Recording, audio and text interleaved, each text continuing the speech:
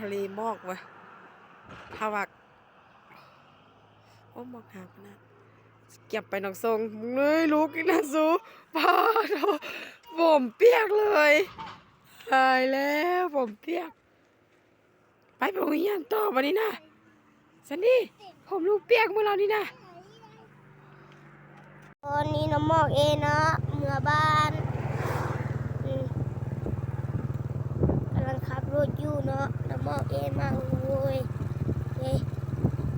เอมากหนาวมากเลย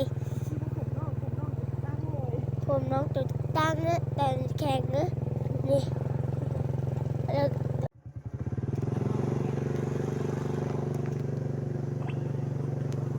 เส้นทางคือโบเห็นเลย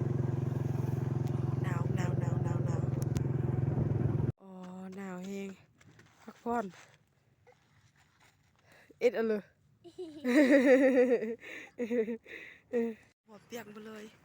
ฉันดิอีล่านั่งทางหลังหัวเปียกบ่โอ้